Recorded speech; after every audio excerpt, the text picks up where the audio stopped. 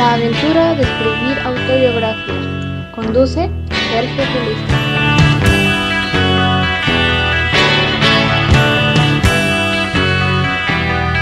Muy buenas tardes a todas, a todos.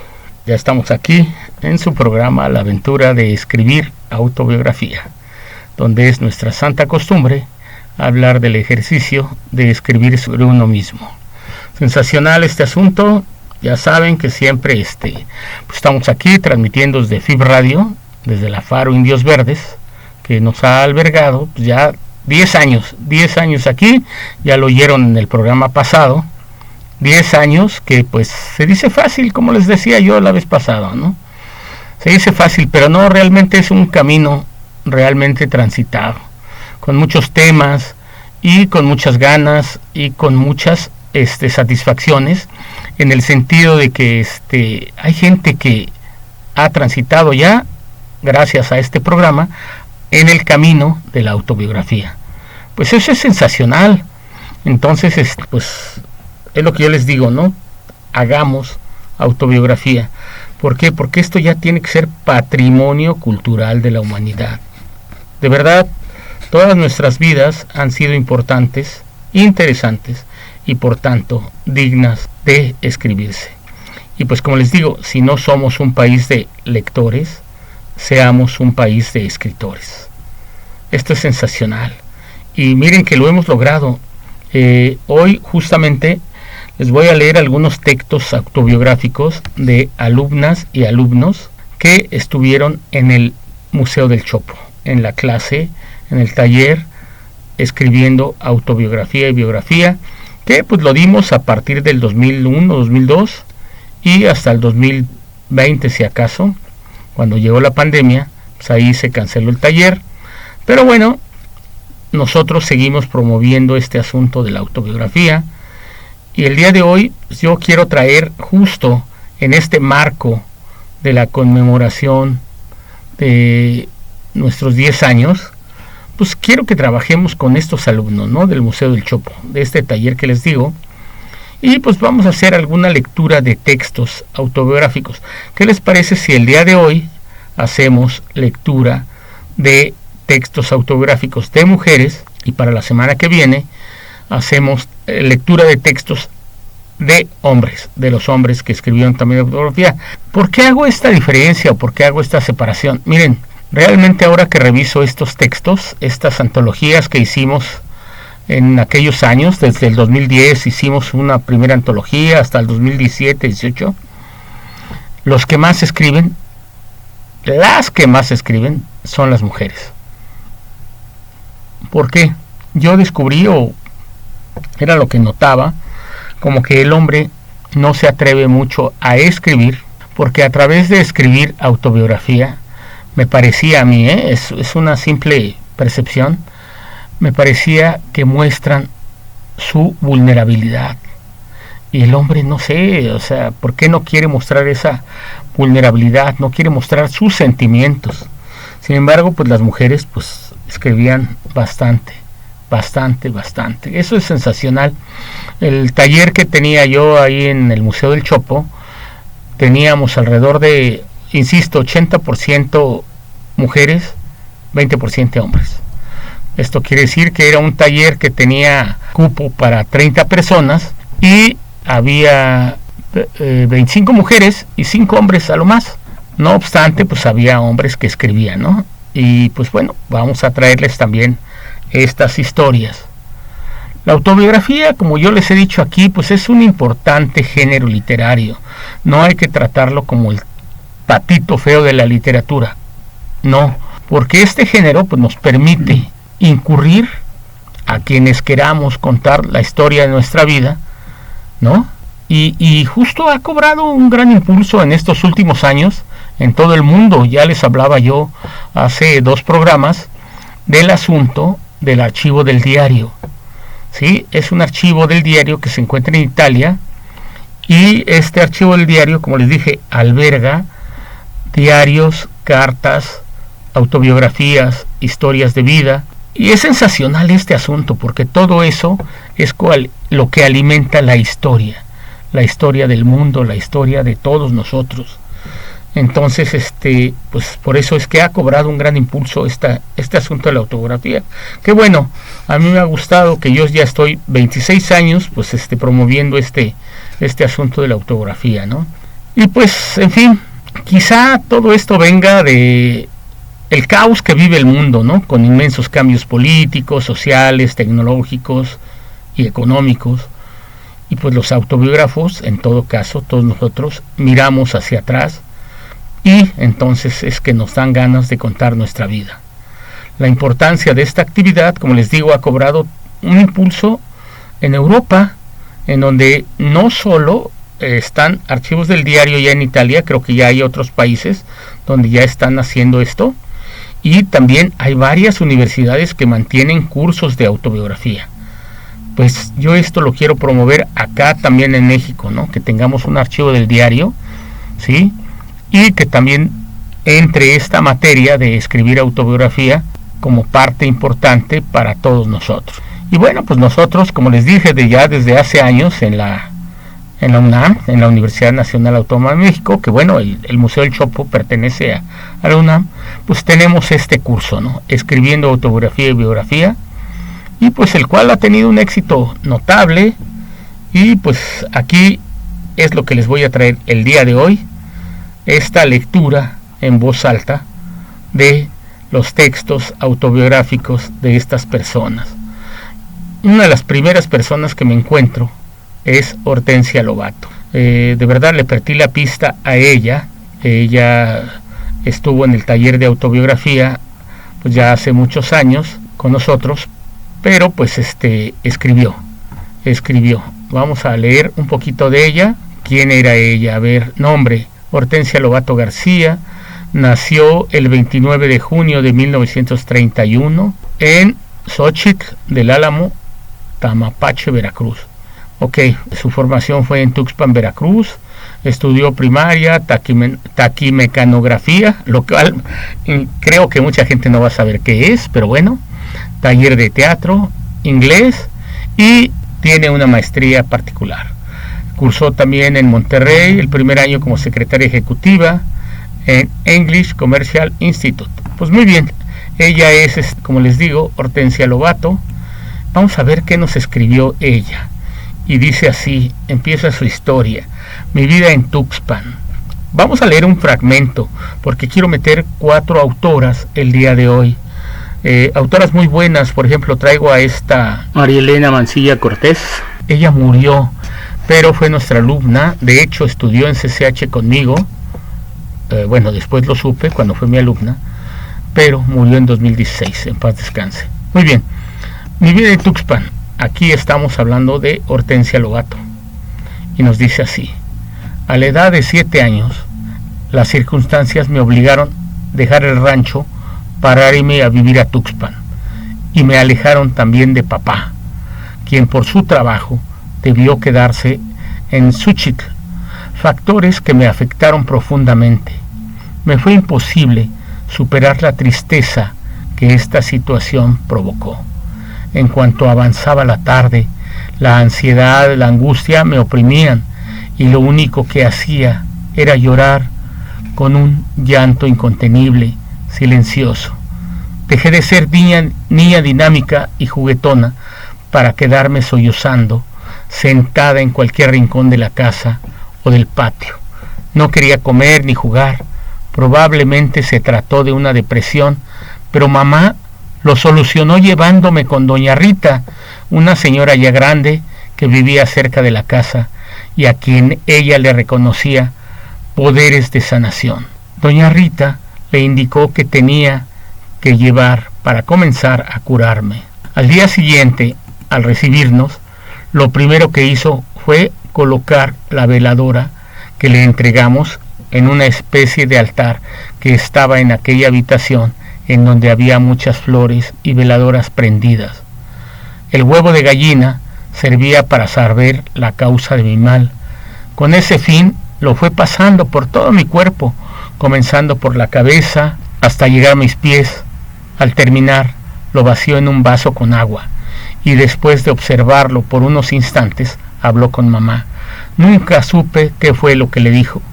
Comenzó el rito de curación, barriendo mi cuerpo con un manojo de hierbas verdes, al mismo tiempo que lo rociaba con agua bendita y balbuceaba en voz baja palabras que no logré entender, que me sonaron a rezo. Para terminar, pasó suavemente el ramo de rosas rojas por mi cabeza, mi corazón y mi estómago, permitiendo que el aroma y el humo que emana el sahumerio envolviera el ambiente de aquel cuarto, que me hicieran sentir estar en un lugar misterioso y sagrado.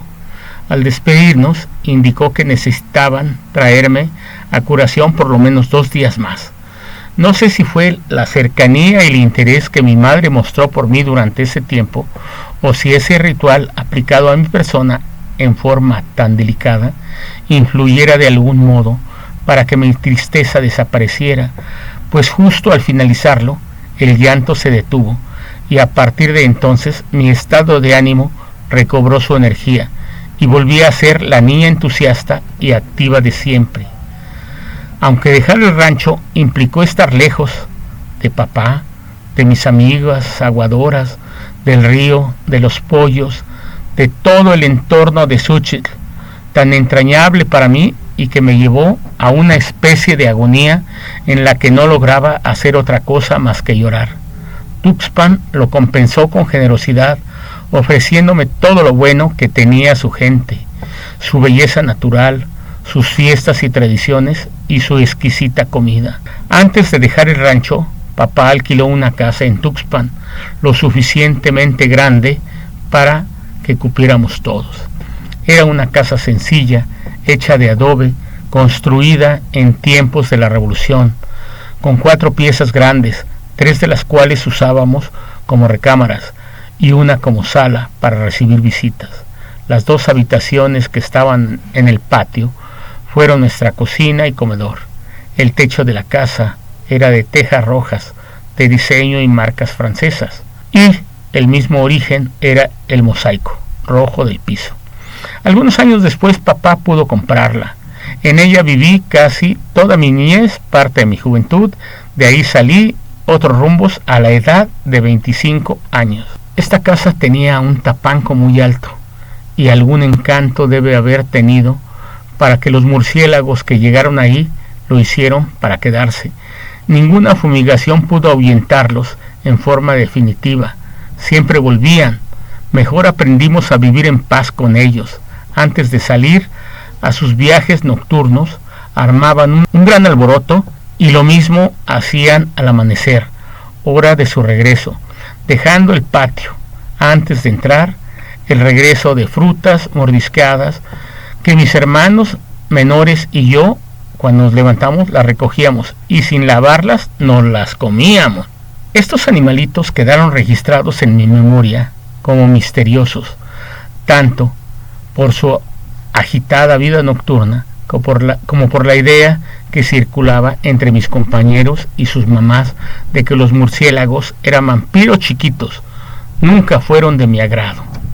En una de las primeras noches que pernocté en esta casa, me despertó un golpeteo continuo que provenía de debajo de mi cama, un tac-tac contra el piso que se desplazaba lentamente de un lugar a otro.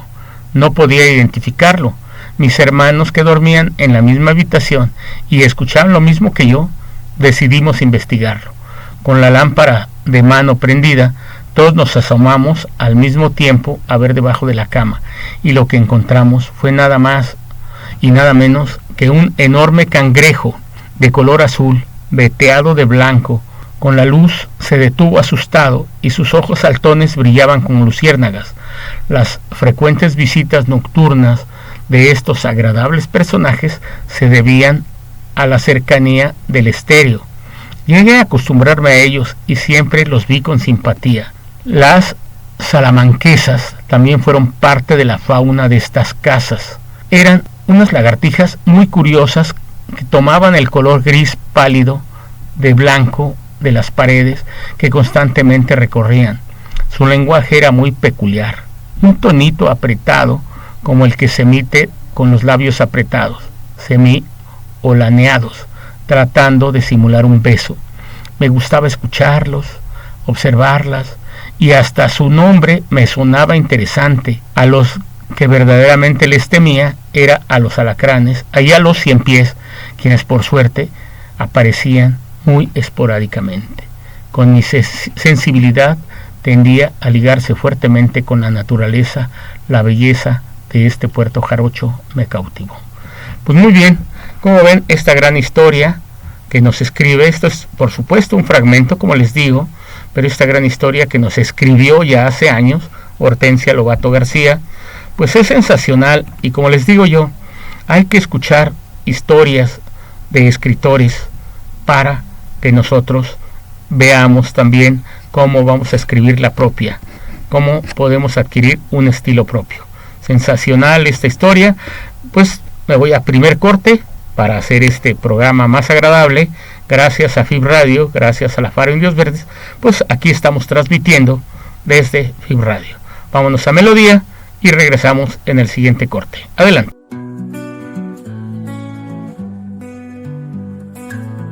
Mis manos despiertan, sienten el poder. La energía fluye, comienzo a entender. El universo me da su luz, sanación en mí, no hay más cruz. El viento me guía, el agua me limpia, el fuego arde, el alma se inclina. Mis manos bendecidas, luz en mi ser, sanación interna, energía nacer. Manos que curan, energía divina, el fuego arde, el alma se inclina. Mis manos bendecidas, luz en mi ser, sanación interna, energía nacer. Manos que curan, energía divina, manos de sanación, sanación, sanación. El poder en mí, poder, poder, luz que me envuelve aquí. Manos de sanación, sanación, sanación. El poder en mí, poder, poder, manos bendecidas, energía sin fin, luz aquí.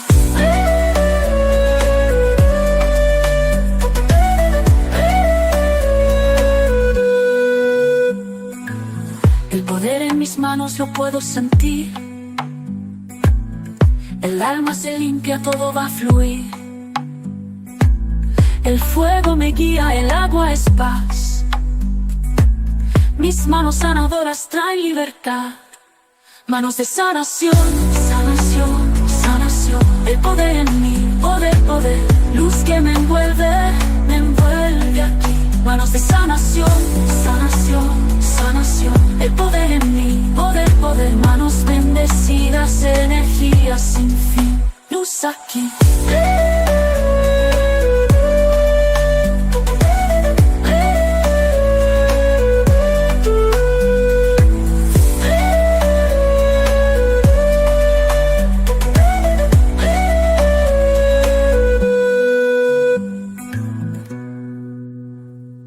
Muy bien, ya estamos de regreso, segundo bloque.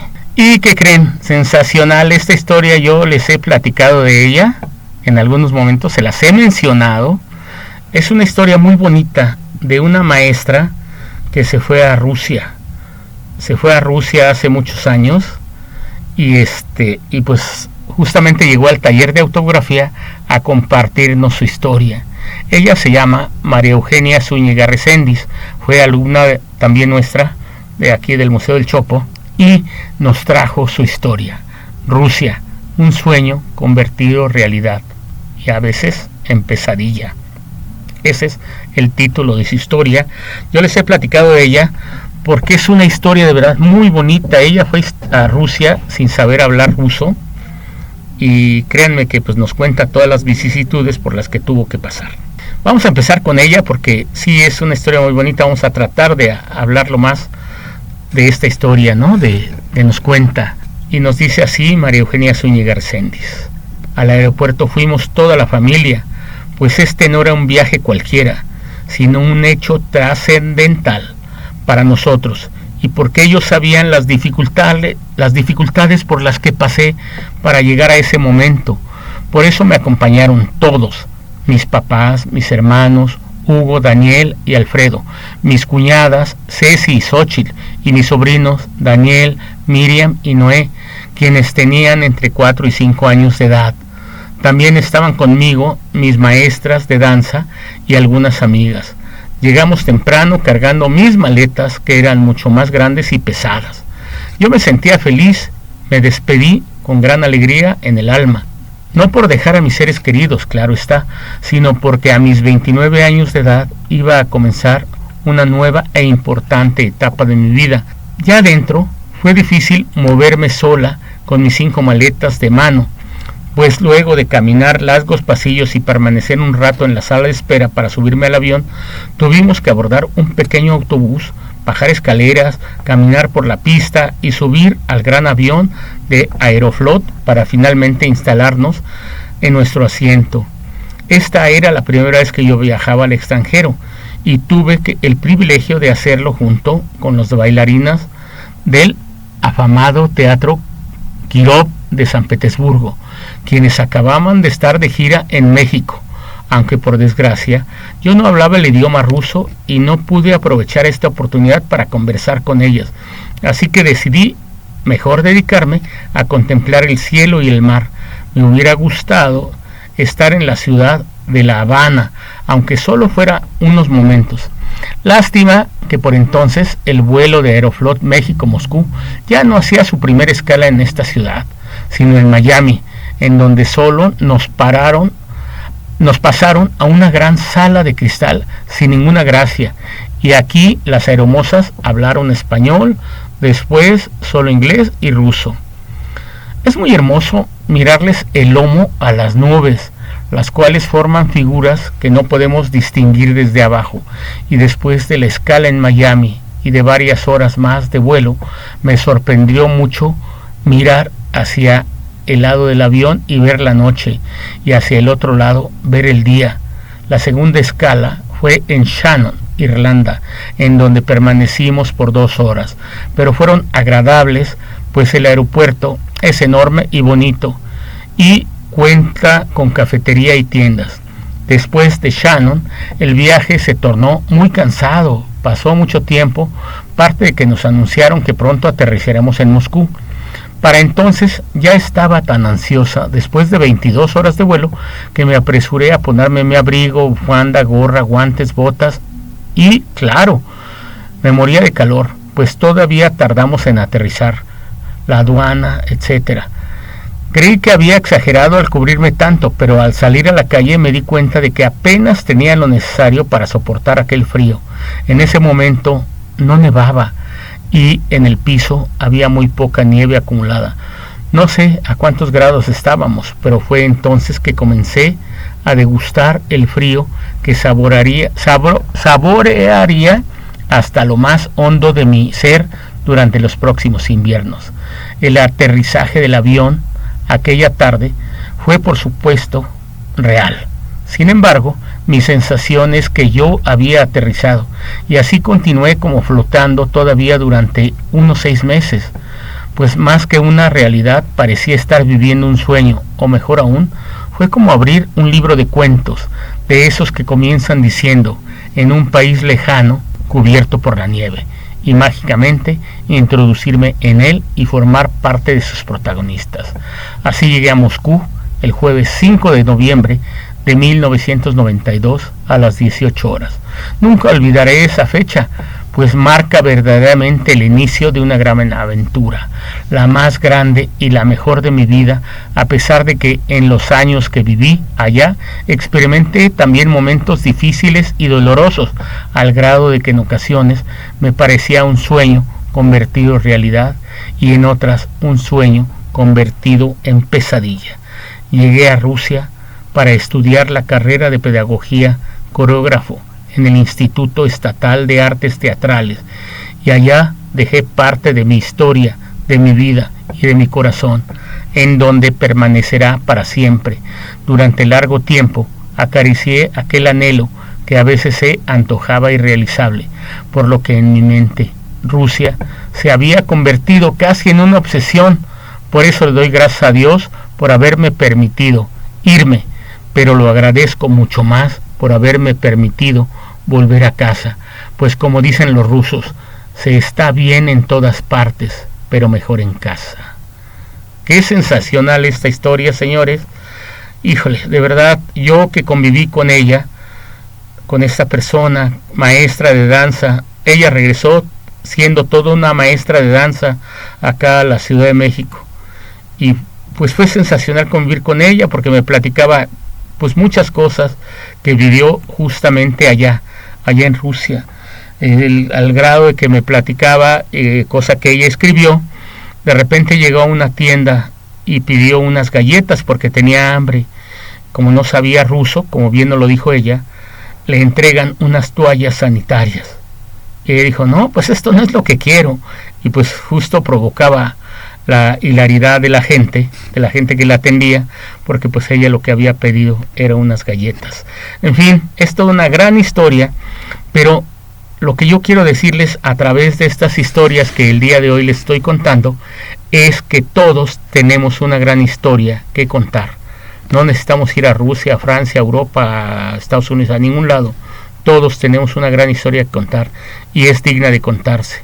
Hagamos que nuestra historia sea un patrimonio cultural de la humanidad y escribamos autobiografía, un diario, una carta, lo que ustedes quieran, pero escribamos, por favor. Pues este es su programa de la aventura de escribir autobiografía, que ya les digo, transmite y promueve este asunto de la escritura autobiográfica. Hagámoslo, señores, por favor, porque esto es importante para la humanidad. Vamos al siguiente corte, vámonos. Voy a regresar con una tercera historia. Les va a interesar mucho, les va a gustar. Muy bonitas historias las que traigo. Estos son libros que publicamos en el Museo del Chopo, antologías de textos que nos daban los alumnos. Y pues es sensacional porque todos estos alumnos se hicieron escritores, que justo es también lo que promueve este programa, ¿sí? No solo que escriban su historia, sino que se hagan escritores autobiográficos. Adelante. Vamos con la siguiente melodía y regresamos al siguiente corte. Adelante.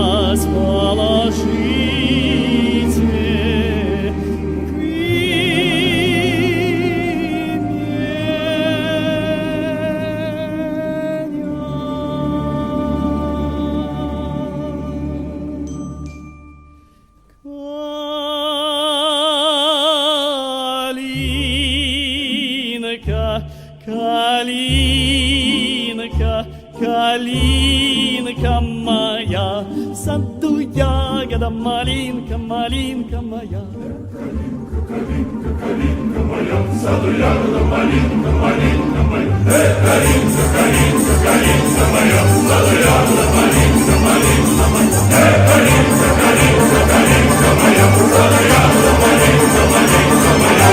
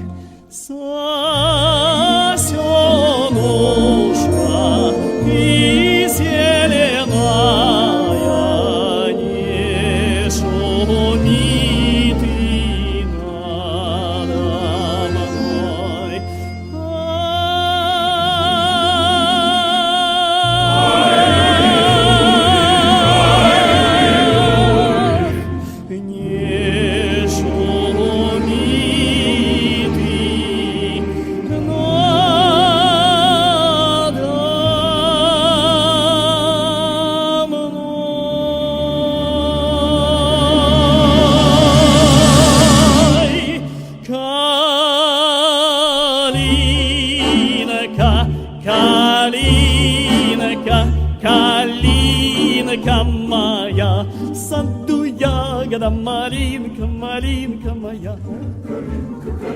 Калинка моя, в саду ягода малинка, малинка моя. Калинка, калинка, калинка моя, в саду ягода малинка, малинка моя.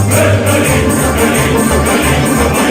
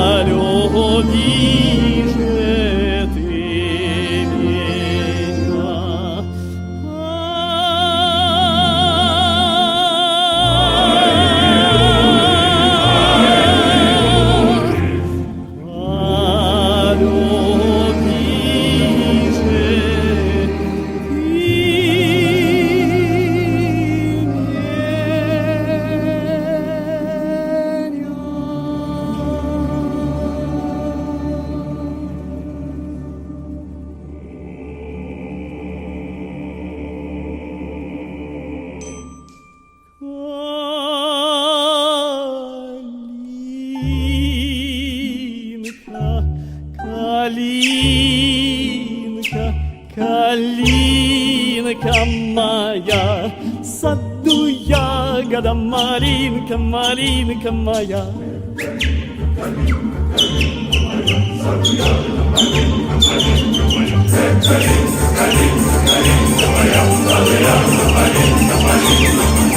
Калинка, калинка моя, в саду ягода малинка, малинка моя.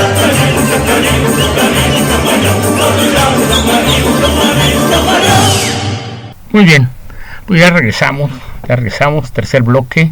Ay, ¿cómo es posible que me había olvidado del nombre de esta gran amiga y alumna, Elena Mancilla Cortés? Ella es la que les decía que estuvo en los Boy Scouts. Ella inclusive, bueno, ya fue mi alumna y de repente ya hablando de su historia de vida, pues resulta que fuimos compañeros en CCH Vallejo, o sea, fuimos hasta de la misma generación y pues bueno, no nos conocimos, pero bueno, ella, como les decía, desgraciadamente murió en 2016, ¿no? Y pues ella nos escribió una historia también muy bonita que se llama Mi vida escolar, y a mí me da mucho gusto recordarla, porque fíjense que ella en sus textos autobiográficos de repente dijo, pero lo ve uno al tiempo, y sí se nos hizo bastante interesante, o por lo menos para mí. Ella dijo que cuando muriera, ella quería que estuviera el símbolo que reconoce a los Boy Scouts en su tumba. Y fíjense nada más, nadie más lo sabía más que nosotros, yo como el profesor que le daba clases, los compañeros y compañeras que eran alumnas de este taller de autobiografía. Y pues, ¿qué creen? Que efectivamente los compañeros y compañeras fueron a su tumba a ponerle este logotipo, este distintivo de los Boy Scouts en su tumba. Pues sensacional. Ella es Elena Mancilla Cortés y pues nos escribe Mi vida escolar. Y así empieza. Llegó para mí el tiempo de ir a la escuela. En el mes de agosto de 1970, mi madre decidió inscribirme al kinder, pero como en esos tiempos la demanda era mucha y las escuelas pocas, no alcancé lugar en el jardín de niños que estaba cerca de mi casa. Así que me quedé un año más en casa. Por aquellos años no era obligatorio cursar el jardín de niños. Al año siguiente ingresé en el turno vespertino de la primaria Fernando Casas Alemán de la colonia Aquiles Cerdán, por influencia de un hijo de una comadre de mis padres. Me faltaban 2 meses para cumplir los 6 años reglamentarios que exigía la Secretaría de Educación Pública para ingresar a este nivel. El director de la escuela me hizo un examen de lenguaje, el cual lo pasé satisfactoriamente, porque quedé inscrita en el grupo primero B de la maestra Noemí Mercado Pérez. De ese grado escolar tengo 2 recuerdos muy bonitos. El primero fue que recibí mi primer y único anillo de compromiso. El niño que me lo dio se llamaba Antonio. Lo más curioso es que cuando lo recibí, él nunca me dijo con ello que me comprometía a ser su novia, sino que una de sus hermanas que estaba en el mismo grupo me dijo: ya eres novia de mi hermano, porque ya te dio el anillo. Y entonces me fui corriendo a devolvérselo al niño. Creo que me dio terror comprometerme en ese momento. El otro recuerdo fue que en mi boleta de calificaciones están puros 10. Lo más curioso es que en toda mi vida escolar fue la única con esos resultados. Cursé el 2º grado en ese mismo primaria con la maestra Marta.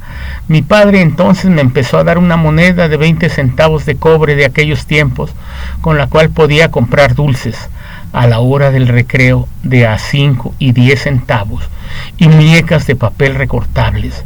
Estas me fascinaban. Unos meses antes de que yo terminara el año escolar, mi papá compró una casa en la colonia San Felipe de Jesús. Nos fuimos a vivir a esa casa un 2 de agosto de 1973 y como cambiamos de colonia, también me cambiaron de escuela.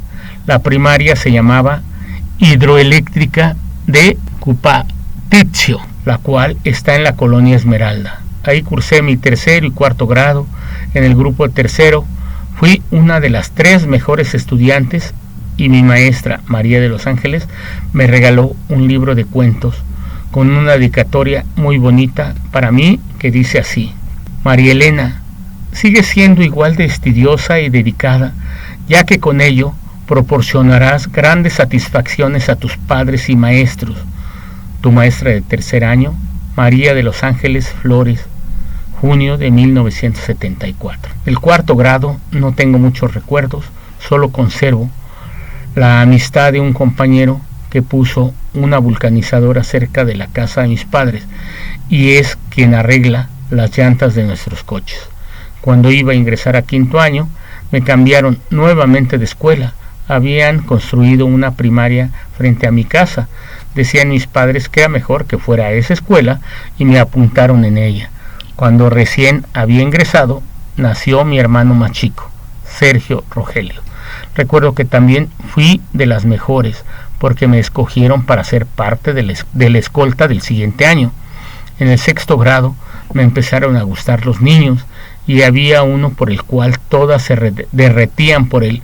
Se llamaba Armando. A mí me gustaba mucho, solo que él no pensaba en las niñas y solo prefería estar con los chicos. Tuve 4 amigos con los que me juntaba a la hora del recreo: Hortensia, Leonor, Araceli y Juana. Cuando fue la celebración de mi último día del niño en la primaria, no asistí porque mi abuela materna había muerto un día antes y mi madre nos llevó al sepelio al estado de Puebla. Yo no quería ir, pero tuve que hacerlo. Mis amigas me contaron después que había estado muy bonito y con muchas cosas de comer. En esos tiempos se acostumbraba a bailar un vals de despedida, pero la maestra que tenía no quiso ponerlo y yo me sentí muy triste porque sí quería bailarlo, pero me peinaron con caileres y me compraron mi vestido.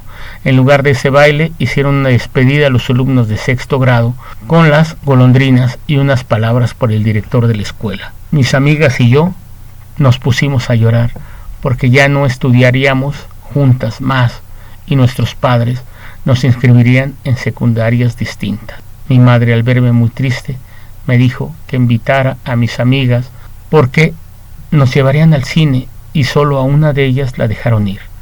La película que fuimos a ver fue la de Rocky 1. Jamás la olvidaré. Señores, pues ya aquí le corto en esta historia sensacional, también muy bonita historia de María Elena Mancilla Cortés, que como les dije, ella fue mi alumna y desgraciadamente pues murió en 2016. También la llegué a entrevistar en el programa de radio, ¿sí? También ella fue de mis preferidas escritoras. La entrevisté para pues que nos hablara de este asunto de la autografía. Y miren, qué sensacional es que ella haya escrito algo, haya dejado testimonio de su vida. Aquí está, María Elena sigue viva con nosotros. ¿Por qué? Porque dejó su historia. Y esto es lo que nosotros promovemos con este asunto de escribir autografía. Vamos a seguir vivos, vamos a seguir en esta vida, vamos a seguir vivos, porque esto es lo que promueve la escritura autográfica. Yo les he traído acá historias de los sumerios, y recuerden que los sumerios pues están hace 2700 años antes de Cristo, y he traído historias autobiográficas, sí, así como lo oyen, y hay historias de hace 2700 años en donde nos narran cuestiones de su vida. Pues así nosotros vamos a ser leídos en 100, 200 años, 300 años. Dejemos este asunto de la escritura autográfica como patrimonio cultural de la humanidad. Adelante, señores, vámonos a la siguiente melodía y regresamos al siguiente corte para entregarles otra historia muy bonita de Tere. Esta historia es lo contrario que le pasó a María Elena, y la van a escuchar, y sin embargo Tere llegó muy lejos. Adelante, vámonos a corte. ¿A dónde irá veloz y fatigada la golondrina que de aquí se va? Por si en el viento se alarga extraviado, buscando abrigo y no lo encontrará. Junto a mi lecho le pondré su nido, en donde pueda la estación pasar. También yo estoy en la región perdida, oh cielo santo, y sin poder volar. Dejé también mi patria idolatrada, esa mansión que me miró nacer.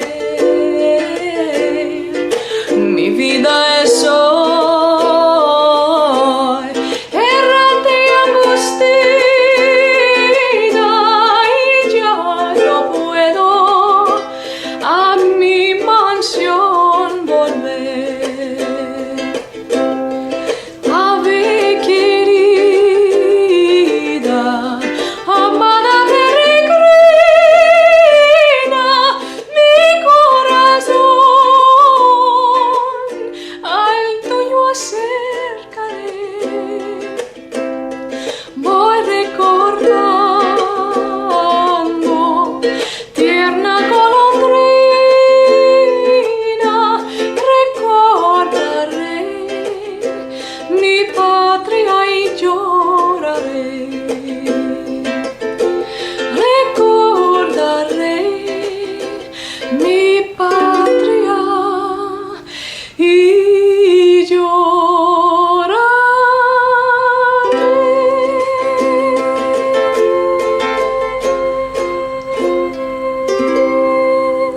Muy bien, pues ya estamos aquí en el último bloque. Gracias a la Faro Indios Verdes, a FIB Radio, que aquí estamos transmitiendo, sí, este programa de la aventura de escribir autografía. Y pues ya les había dicho yo esta historia que les voy a traer el día de hoy de esta gran mujer, María Teresa Gómez Vázquez. Les decía yo que es un poco lo contrario que le pasó a María Elena Mancilla Cortés, y lo van a oír. Ella llegó a ser directora de escuela, pero van a oír esta primera parte de su texto autobiográfico que hizo en el Museo del Chopo, y van a ver por qué lo digo.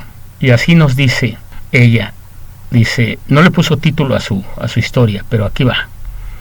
Espero que quien lea esta narración entienda que muchas veces las palabras dirigidas a otra persona, principalmente a una niña, dejan heridas que toda la vida duelen. Por tanto, les invito a hablar con responsabilidad e inteligencia. Pues muy bien, comparto un pasaje relevante en mi vida. Nací en la controvertida pero bella Ciudad de México, Distrito Federal, un 30 de mayo a mediados del siglo pasado, en el seno de una familia de clase media, de origen provinciano, por lo tanto, de costumbres muy conservadores. Vivíamos con mis abuelos maternos, el veterano de la Revolución, topógrafo, empleado de la Secretaría de Recursos Hidráulicos, y ella dedicada al hogar. Los dos muy serios y enérgicos, sin embargo, me recuerdo llena de cariño y atenciones, sin llegar a calificarme como niña mimada. El ingreso a la escuela primaria no fue agradable para mí. Recuerdo que con frecuencia lucía grandes orejas de burro sobre mi cabeza. Para colmo, cierto día llevé sin permiso el cuento de la Cenicienta, y cuando lo mostraba a otra niña, la maestra me lo quitó, lo rompió y lo arrojó al bote de basura. Me quedé aterrorizada. Solo tenía 6 años. Todavía no existían los derechos de los niños. Bueno, no entré con pie derecho, pero cursé la primaria en 6 años, sin ser de las aplicadas, aunque nunca logré una calificación menor a 7 ni menor a 8. Sin embargo, esta etapa fue definitiva para mi futuro. Mi madre, muy joven, divorciada, trabajaba como secretaria en la Secretaría de Comunicaciones y Transportes. Yo la admiraba mucho, cómo entendía esos garabatos llenos de taquigrafía. Qué rápido escribía en la máquina y qué bonita letra tenía. Siempre la quise imitar. Pasó el tiempo y de pronto me encontraba en 6º año de primaria. Casi al final, la maestra, que era joven y de buen carácter, llamó a mi mamá para hacerles algunas recomendaciones sobre mi futuro. Y así se dirigió a ella. Su hija es buena niña, muy educada, pero demasiado tímida, y aunque pone atención, todo lo olvida. Así que es de que le recomiendo, no la mortifique con la secundaria. No podrá. Mejor enséñele labores del hogar, que de algo le han de servir, y cuando sea mayor se acomodará en alguna fábrica. Escuché a mi maestra y vi cómo el rostro de mi madre se ensombrecía, y aunque de verdad era tímida e inocente, comprendí que algo malo pasaba. Camino a casa, no hablamos nada, y al llegar, mi madre, con lágrimas en los ojos, contó lo sucedido a mi abuela, agregando que tenía la ilusión de que cuando menos fuera secretaria como ella. Mi abuelita, que a pesar de su poca preparación era altiva y de carácter fuerte, rompió de golpe con la escena diciendo: ¿quién es la maestra para hacer tales recomendaciones sobre el futuro de mi nieta? Yo la inscribiré en la secundaria que abrirán aquí junto a la casa. Ingresé a la escuela secundaria y sin ninguna dificultad cursé los 3 años. Ahora sí me distinguí como aplicada, y a mi timidez lo llamaron excelente conducta. Mi familia estaba feliz y se preguntaba cuál sería el siguiente paso, a lo cual yo manifesté mi deseo de ser maestra, como mi tía Josefina, hermana de mi abuelo. No fue difícil, simplemente continué mi historia académica de la secundaria, y en 3 años, como era usual en aquella época, a los 18 años me gradué como profesora de educación primaria en la normal del Colegio Hispanoamericano. Mis abuelitos y mi orgullosa mamá, ya habían olvidado la predicción de mi maestra de 6º año, pero yo no. En fin, ¿cómo ven esta historia, señores? Bonita. Obviamente, como les digo, esto es un fragmento solamente. Es un fragmento de ella, de esta mujer que se hizo maestra, que se hizo directora de escuela, Ella es María Teresa Gómez, es de nacionalidad mexicana, nació en 1960, educación 1960-63 en la normal básica. Nació mucho antes, no tiene aquí su año de nacimiento, estudió en el Colegio Hispanoamericano, también en la normal superior, en fin, y se hizo directora de la escuela primaria, Escuela Rodolfo Menéndez.